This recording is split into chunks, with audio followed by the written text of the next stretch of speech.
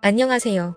변호사 안기욱입니다. 다른 사람의 예금 계좌에 금전을 이체하는 방법으로 송금을 한 경우에 그 송금을 대여금으로 주장하려면 어떤 요건이 필요할까요? 텍사스 전주지방법원에서는 2023년 8월 9일에 선고한 대여금 청구 사건에서 원고의 청구를 기각했는데요. 그 사안은 이렇습니다. 돈을 빌려주었다고 주장하는 원고는 피고의 동생과 2009년에 결혼을 하다가 2021년에 이혼을 하였습니다. 원고의 주장은 남편과 혼인생활을 하던 2011년에 시숙인 피고에게 돈 1,500만 원을 이자 연 12% 변제기는 1년 후로 해서 대여하였는데 피고가 이자를 8개월만 지급하고 그 후에는 원금은커녕 이자도 변제하지 않는다면서 소송을 제기한 사건입니다. 이 사건에 대해서 법원에서는 다른 사람에게 금전을 이체하는 등으로 송금하는 경우 그 송금은 소비대차, 증여, 변제 등 다양한 법적 원인에 기하여 행하여질 수 있다. 따라서 송금이 있었다는 사실만으로 소비대차에 관한 당사자의 의사합치가 있었다고 쉽사리 단정할 수 없다.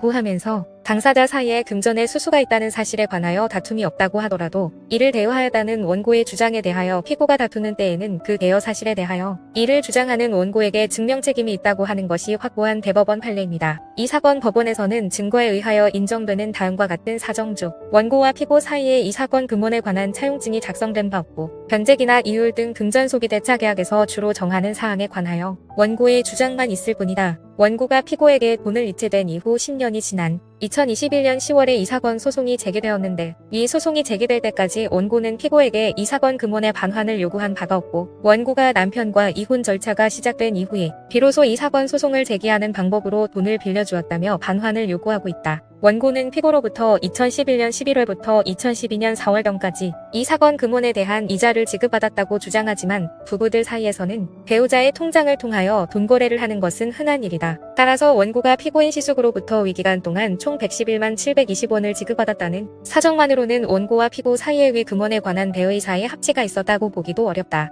고 판시했습니다. 원고의 이와 같은 청구에 대해서 피고는 원고로부터 돈을 받은 것은 사실이지만 그 돈을 실제로 피고의 동생이다 원고의 남편이 원고의 통장으로 피고에게 돈을 빌려준 것이고 피고는 위 돈을 빌린 이후에 원고의 남편에게 토지를 이전해 주므로 대물 변제로 모두 변제하였다고 주장했습니다. 따라서 원고가 주장하는 대여금 청구에 대해서 입증이 부족하다고 한 원심 판결이 옳다고 판시했습니다. 대여금은 대여의 요건 즉 돈을 빌려주었다는 것, 변제기가 도래했다는 것, 이자는 어떻게 정해졌는지 등에 대해서 모두 입증이 되어야 인정을 받을 수 있다는 것을 아시고 돈을 빌려줄 때는 그에 대한 차용증이나 빌려줄 당시에 문자 메시지, 녹음 내용 등을 준비해 놓으시는 것이 필요합니다. 오늘도 행복한 날 되십시오. 감사합니다.